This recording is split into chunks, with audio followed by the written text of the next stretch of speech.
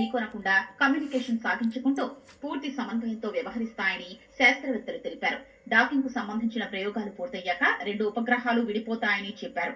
సాంకేతికంగా ఆ ప్రక్రియను అన్డాకింగ్ గా పేర్కొంటారని శాస్త్రవేత్తలు తెలిపారు. అనంతరం సాధారణ ఉపగ్రహాల్లా వేర్వేరుగా అంతరిక్ష పరిశీలనలు చేపడతాయని వెల్లడించారు. వైసీపీ హయాంలో ఇంధన శాఖ నుంచి భారీగా లబ్ధి పొందిన షిరిడి సాయి సంస్థకు కూటమి ప్రభుత్వంలోనూ ఏ లోటు లేకుండా సాగిపోతోంది. జగన్ హయాంలో రిపీట్ ఆర్డర్లతో ఇష్టారాజ్యంగా దోచిపెట్టిన ఓ ఉన్నతాధికారి తాజాగా 5,000 ట్రాన్స్ఫార్మర్ల కొనుగోలుకు ఆర్డర్ ఇచ్చారు. వైసీపీ హయాంలో దక్కిన కుర్చీలో తిష్టవేసి షిరిడి సాయి సంస్థకు ఇంకా రుణం తీర్చుకుంటూనే ఉన్నారు.